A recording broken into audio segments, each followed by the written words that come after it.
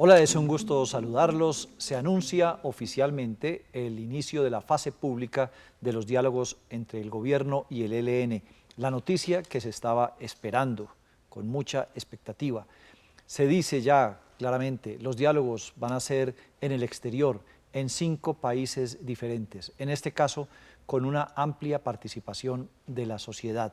Pero ¿qué significa todo eso? ¿Qué interrogantes quedan? Hemos seguido analizando la letra menuda de los comunicados y de las declaraciones que han dado las partes y hemos acudido a la opinión de conocedores del tema. Hoy nos acompaña Carlos Velandia. Él integró el ELN durante 30 años con el nombre de Felipe Torres. Estuvo durante 10 años, entre 1994 y 2004, estuvo recluido en la cárcel de Itagüí, pagando una condena. Durante este tiempo también fue designado por el ELN como representante en acercamientos que se tuvieron con los gobiernos de Ernesto Samper, de Andrés Pastrana y de Álvaro Uribe.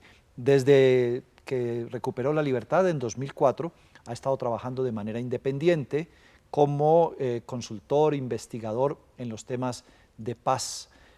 Actualmente, de hecho, trabaja en la Fundación ABC Paz. Bienvenido, Carlos. Muchas gracias, Darío Fernando. Muy complacido de estar aquí con usted. Después de tantas veces que trabajó usted en intentos de diálogos con gobiernos, ahora, ¿cómo ve esto? ¿Cómo lo ve diferenciándolo, comparándolo con esos 3 intentos en los que usted participó? Primero, permítame decirle que estoy feliz, que estoy contento, porque se ha dado un paso supremamente importante en un proceso angustioso y hasta fatigante por lograr que se estableciera una mesa en fase formal y en fase pública entre el Gobierno Nacional y el Ejército de Liberación Nacional. Finalmente ya tenemos una agenda, el país puede tener un parte de victoria en el sentido en que ya podrá tener 2 mesas actuando en el marco de un proceso único y nacional para ponerle punto final al conflicto armado interno que es fundamental y es lo que quiere el país. Obviamente estos son momentos distintos. Hoy el país asiste a la oportunidad más redonda, la más completa de cuantas haya tenido en toda su historia. Algunos hablan pues de alineación de los astros y yo creo que sí. Se ha habido un fenómeno pues de confluencia de factores todos positivos. Esto sí es lo más lejos que se ha llegado. Es lo más lejos que se ha llegado, pero también no solo lo más lejos, sino lo más sólido y lo más concreto. Es decir, es que le permite a uno casi que asir, casi que coger la paz porque la está viendo muy cercana. Al menos está viendo muy cercano el final del conflicto armado. Y esto es una cosa supremamente grande cuando se habla en términos históricos. Es que tenemos la gran oportunidad de superar el más largo conflicto armado interno en el hemisferio occidental. ¿Sí? Exactamente. Lo cual para el país ha significado toda una tragedia y un factor de atraso y subdesarrollo. El temor que subsiste entre los varios temores que hay es la complejidad que tiene el ELN y la dificultad de la que tanto se habla. Desde luego, reitero esa aclaración, usted no pertenece al ELN en este momento, no representa al ELN, pero lo conoce. Es verdad eso, el ELN es muy complicado y por lo tanto es de esperarse que este proceso que apenas comienza ahora, después de 2 años de fase privada, va a ser mucho más largo. Yo creo que alrededor del ELN se ha venido construyendo un mito de manera injustificada. Obviamente el ELN representa y refleja unas singularidades en su manera de actuar, en su manera de ser, en su manera de expresarse y en su manera de gestionar el conflicto, pero también en su manera de gestionar la paz. Y esta singularidad no la hace menos compleja, ¿sí?, que la singularidad de lo que es las FARC u otras organizaciones. Cada cual tiene sus particularidades. Pero solo que tienen unas visiones también que las hacen diferentes. Yo creo que con el ELN va a ser posible en el marco de esta agenda, poder dar marcha a un proceso donde los resultados se van a ver a mediano plazo, no en el inmediato tiempo. Si alguien piensa que una vez sentados en la mesa, al día siguiente se van a firmar acuerdos, está pifiado, la verdad. Y yo creo que el gobierno hace bien en decirlo. Aquí no nos vamos a sentar a mirar a ver cómo redactamos, ¿sí?, acuerdos y textos, a emborronar cuartillas de textos de acuerdos. Aquí lo que vamos es a generar un proceso donde la participación de la sociedad va a ser el elemento protagónico de ese proceso. Y de allí van a surgir elementos muy importantes que ahí sí lo vamos a discutir en un cara a cara, las dos partes enfrentadas, el ELN y el gobierno. De allí sí van a surgir, ¿sí?, los entendimientos y posteriormente los acuerdos. A propósito de esa participación de la sociedad, nos estamos imaginando que va a ser entonces un foro abierto, que las negociaciones van a ser un foro abierto en el que toma la palabra el uno, toma la palabra el otro, están el ELN y el gobierno allí, ¿o estamos entendiendo mal eso? Yo creo que hay que precisar en la participación de la sociedad, allí no va a haber presencia ni del gobierno, ni va a haber presencia de la guerrilla de las FARC, ni de ninguna otra organización armada. Son unos escenarios paralelos. Sociedad.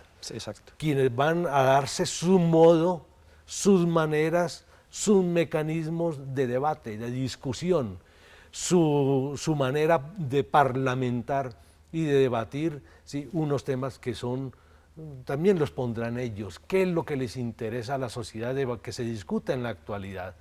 Si a la sociedad le interesa que se discuta el desarrollo minero energético del país, pues bienvenido sea este debate. Es lo que dice la agenda, bienvenido a ese debate, si es así como se define.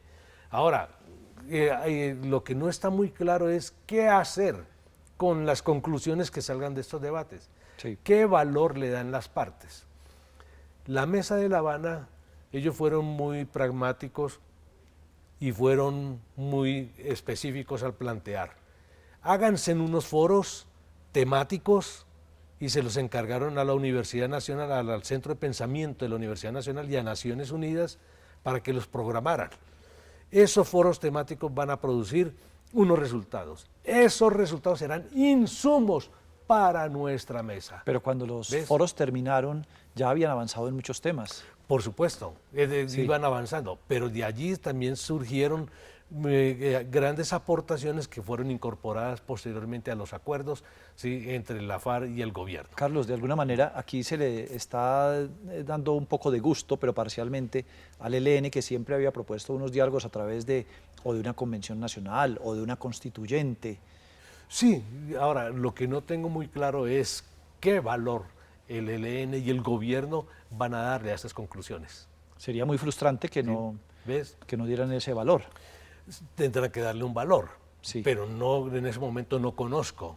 Y yo creo que esta será parte de la discusión y parte del acuerdo a que tendrán que llegar el gobierno y el ELN en darle valor a las conclusiones de estos debates. Yo ahí tengo también mi confusión porque se habló al comienzo de mesa pública, pero después, al día siguiente, el consejero Flamper dice no será una mesa de tres patas.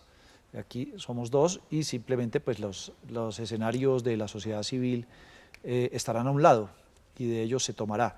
El otro ingrediente que tiene este proceso que comienza es la itinerancia de las mesas de negociación. Se instala en Ecuador y sigue una ronda por otros 4 países. ¿Eso será conveniente, productivo, efectivo? Yo creo que está por demostrarse las bondades de esta arquitectura de proceso. Para mí, te lo digo con mucha franqueza y se lo digo también al gobierno y al ELN. ¿Sí? Yo creo que cuando hemos probado una metodología y esa metodología es eficaz, cuando hemos probado una arquitectura de proceso y ese proceso ha demostrado unos resultados y unas bondades, buscar otro tipo de arquitecturas, otro tipo de metodologías, yo creo que estamos corriendo riesgos. no necesariamente por querer innovar vamos a obtener mejores resultados cuando está probado que podemos obtener resultados satisfactorios. Me refiero concretamente a la arquitectura del proceso en La Habana. Pero bien, aceptando la singularidad de lo que es el ELN y este proceso entre el ELN y el gobierno, se han dado esta forma de una mesa casi que itinerante y por distintas ciudades, por distintos países, en los que se trataría un ciclo en cada una de estas ciudades, ¿sí? Y no se pasaría a otro hasta tanto no se haya evacuado el que se tiene. Yo creo que hoy por hoy la mesa de La Habana nos está mostrando que es posible discutir de manera simultánea y procesar de manera simultánea varios temas, al punto de que en breve tiempo se pueda estar listos hacia lograr consensos y entendimientos en varias materias. Esto es una gran bondad y una gran ventaja. Yo tengo mis reservas respecto de esta metodología que han aprobado, pero bueno, es lo que han acordado y les auguro muchos éxitos y buen viento y buena mar, Sí. sí, en ese proceso. Aparentemente, lo que se ha avanzado en La Habana sirve, pero al mismo tiempo se dice no vamos a estar monitoreando ni mirando lo que pasa en La Habana, ni hemos tomado como referencia lo que va pasando en La Habana para tomar decisiones frente al proceso con ELN. ¿A usted sí le cuadra esto de que de pronto apenas arranque lo del ELN, avancemos mucho más rápido gracias a que hay unas cosas ya logradas en La Habana? Por ejemplo, el tema de justicia.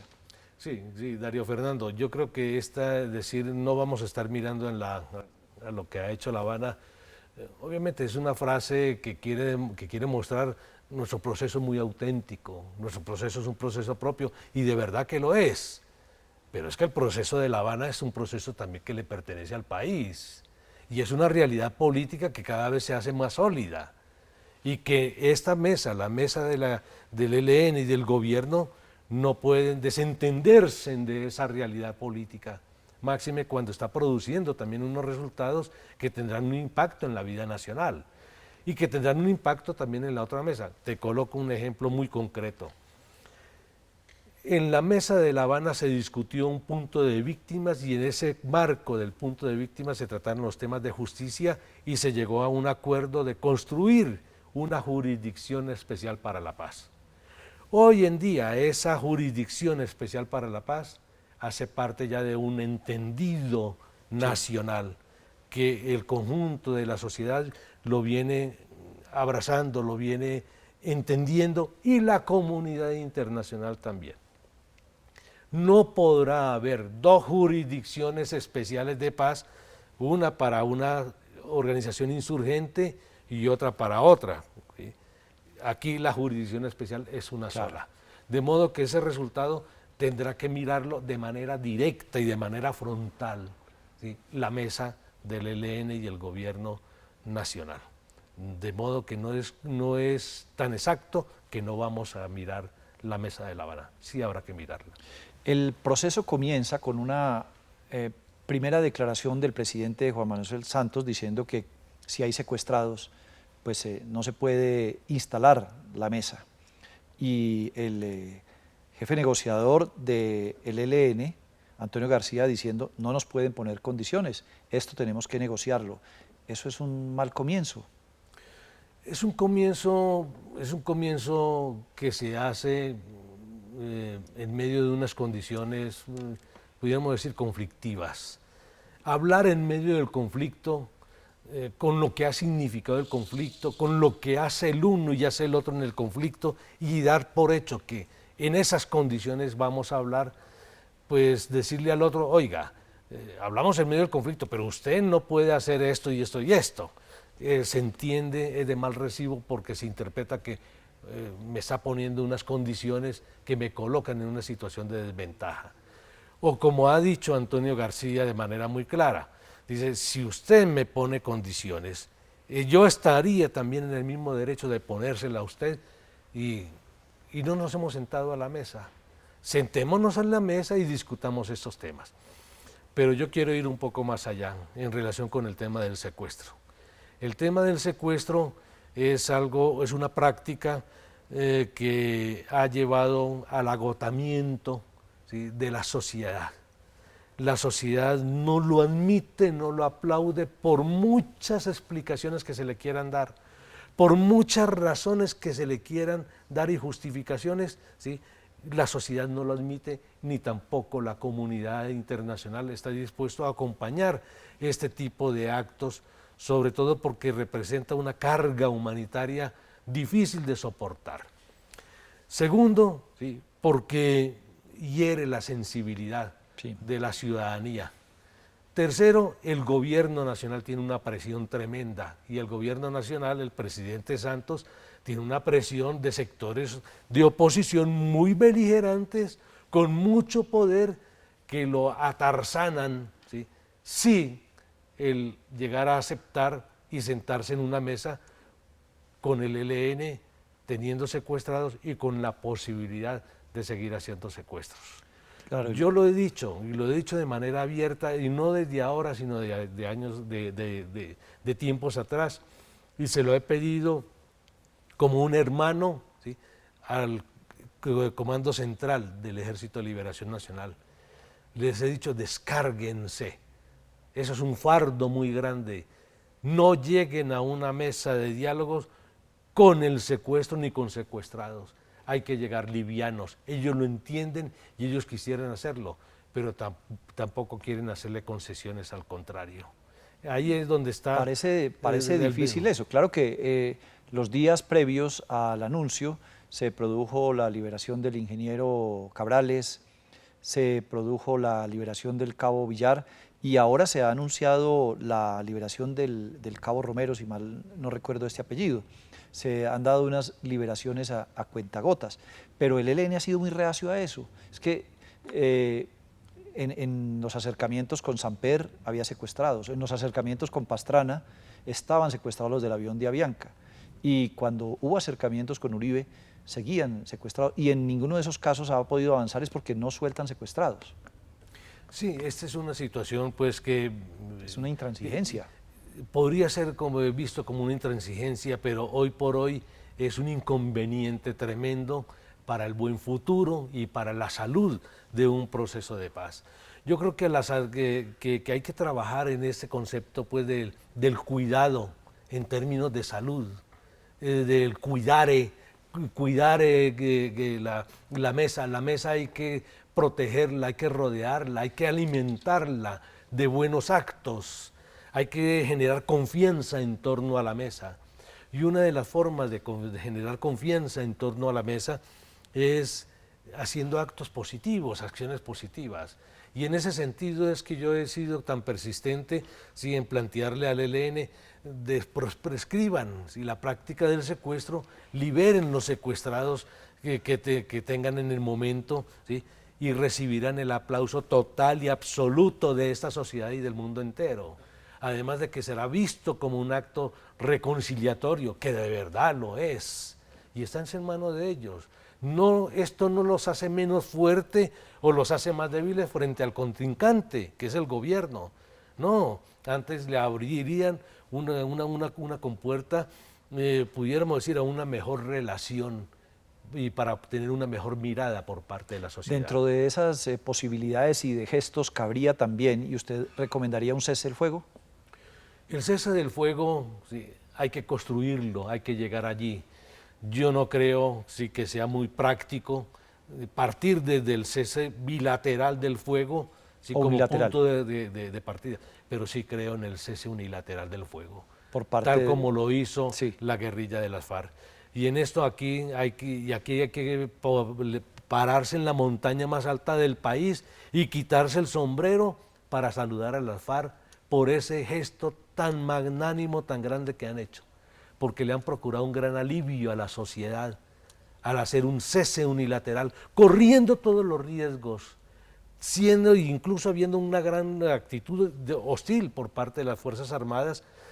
Han mantenido el cese unilateral del fuego al punto, obviamente el gobierno ha ido actuando también en correspondencia, ¿sí?, y al punto de que hoy en día, ¿sí?, Timochenko, el comandante Timochenko, dice en la práctica tenemos un cese bilateral de facto.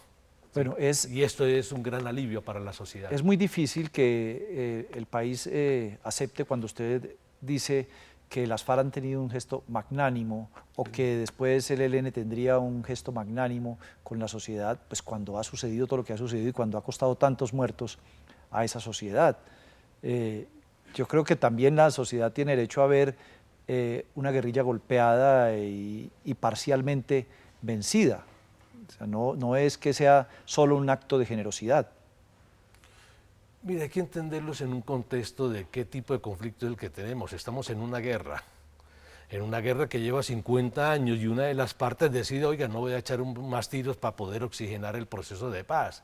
Esto es una señal de grandeza, esto es una señal de compromiso con un proceso, esto es una señal también de proximidad con la sociedad y de procurarle ese alivio donde los principales beneficiarios de ese alivio es la sociedad en su conjunto. A lo que quiero llegar es que no todo el mundo lo ve así. Obviamente, no lo ve así, pero te voy a decir por qué no lo ve así. No lo ve así. Curiosamente, mira, yo he tenido la oportunidad de hacer investigación de procesos de paz y de comparar procesos de paz. Los procesos de paz en el mundo son lo más impopular que pueda existir. Un gobierno aquí o en la Conchinchina, en cualquier lugar del mundo que se decida a hacer las paces en un conflicto interno, en un conflicto internacional, ¿sí?, es sojuzgado, es malinterpretado, ¿sí?, es vilipendiado, se le retiran todos los apoyos, es lo más impopular. Pero curiosamente, lo más popular que puede existir en el mundo entero es hacer guerras, ¿sí? Si hoy en día, ¿sí?, bueno, no quiero, alguna potencia se le diera, por ejemplo, por declarar una guerra y la adorna de ser una guerra justa o por razones humanitarias, muy seguramente en ese país van a aplaudir al mandatario y va a tener el apoyo de su parlamento y va a tener también el apoyo de su presupuesto. De hecho, también las guerrillas en Colombia han pretendido ser populares haciendo la guerra. Exactamente, pero hoy por hoy la guerra es impopular, nadie conquista hoy con el discurso de la guerra, las acciones guerreras no son aplaudidas, el país está entrampado en la guerra, las partes tienen que escapar de allí y el país tiene que superar esta pesadilla histórica de más de 50 años. Hay sectores que todavía insisten con argumentos, bueno, al fin y al cabo, en que esta guerra puede continuar y que no es el momento de ir a una paz, infortunadamente. Usted, Carlos Velandia, como Felipe Torres, estuvo 30 años en la guerrilla, lo decíamos hace un momento, desde hace 12 años ya dejó de estar en prisión, pagó una condena de 10 años. Usted estuvo, por lo tanto, pues, condenado y pagó y respondió ante la justicia por esto. ¿Cómo ha sido su proceso de reincorporación a la vida civil? Darío Fernando, es lo que a mí me ha tocado y no quiero para... ha sido bastante difícil, pero a todos nos ha tocado muy difícil, a los exinsurgentes, a los excombatientes que después trabajamos por la paz o hemos hecho dejación de armas, no la hemos tenido nada fácil. Y yo creo que el gobierno tiene que apercibirse de esta situación de precariedad ciudadana, porque somos ciudadanos de segunda. Yo no tengo un acceso pleno a mis derechos ciudadanos como cualquier ciudadano del común, que los quisiera tener y que la Constitución me dice que debo tenerlos, pero no tengo acceso a estos derechos. ¿En la práctica no los tiene? No los tengo. Mira, algo tan elemental, voy a inscribirme cédula, mi cédula no aparece y lo que aparece es una alarma que dice, este señor tiene prescritos, están confiscados sus derechos políticos producto de una sentencia, pero esa sentencia ya fue ejecutoriada y ya fue vencida hace muchos años, pero no hay un mecanismo que de manera automática me devuelva mi derecho a poder votar en igualdad de condiciones como cualquier ciudadano. Entonces, y he hecho gestiones, he enviado cartas, pero nadie responde. Es decir, no hay un funcionario que se atreva a decir, oiga, borremos, coger un borrador y decir, o del computador, y quitar esa alarma y permitámosle a este señor que tiene ganado su derecho que acceda a su derecho. Por la vía de la reinserción no entra usted, ¿no? No. Hice dejación voluntaria e individual de armas, ¿sí? Sin embargo, por vía legal, ¿sí? El Ministerio de Justicia, los tribunales ya declararon que mi pena, mi sanción frente al Estado y la sociedad ya fue ejecutada y deben devolverse a mí mis derechos, pero nadie me los devuelve. ¿Por qué delito fue usted condenado? Por rebelión y terrorismo.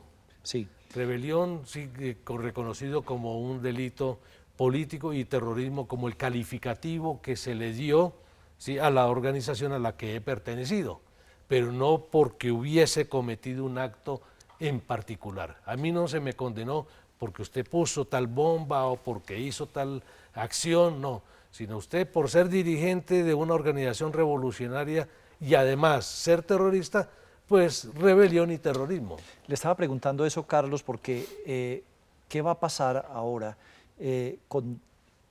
Son 1.600, 1.800 del ELN, cerca de 17.000 de las FARC. Una vez que se desmovilicen, que haya una justicia transicional, que estemos hablando de penas entre 4, máximo 8 años, en fin, ¿qué va a pasar? Si usted, después de haber pagado una pena de 10 años, sigue 12 años después en estas, ¿qué irá a pasar con toda esta gente? Este es el gran interrogante, pero no, es que, Darío Fernando, no es solamente los que vienen, los excombatientes que van a venir, son todos los que ya existen desde los años 90, que pasan exactamente la misma situación.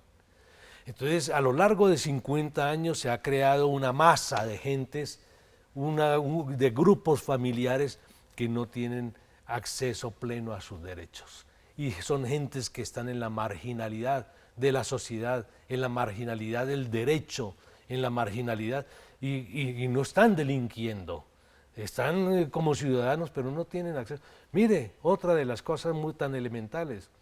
Si yo voy a un banco y le digo, por favor, quiero abrir una cuenta de ahorros en su banco, permítame que yo haga un pequeño ahorro, permítame que, porque me exigen en un lugar de trabajo o me van a pagar una conferencia que dicto, me hagan la consignación en una cuenta, ¿sí? Tan pronto digitan mi cédula, salta una alarma de la superintendencia financiera, instituciones financieras, que dice peligro, peligro, peligro, este señor no es fiable. ¿Ves? Esto me coloca a mí en una situación de indefensión realmente. ¿Sí? ¿A quién acudo yo? ¿Sí? He hablado con los gerentes de banco, y los gerentes de banco, pues sí, señor Belandia, mira a ver cómo lo resuelve, pero claro. Es decir, el Estado de manera automática no me ha devuelto mis derechos. Y esto debiera ocurrir, y debe ocurrir con todas estas excombatientes que se van a producir tras la dejación de armas, y en el proceso de paz habrá que rehabilitar a mí también, pero también a muchos otros que están en la misma situación. Otro tema para considerar en posconflicto, fundamental, necesario. Carlos Belandia, ex Felipe Torres, ex dirigente del ELN y durante 3 gobiernos también representante de esa organización en acercamientos que se tuvieron entre gobierno y guerrilla. Muchas gracias por habernos acompañado a mirar este anuncio de la fase pública de los diálogos entre el ELN y el gobierno, desde su mirada, desde su óptica como conocedor. Una feliz noche, y a ustedes también muchas gracias. Nos vemos en una próxima oportunidad.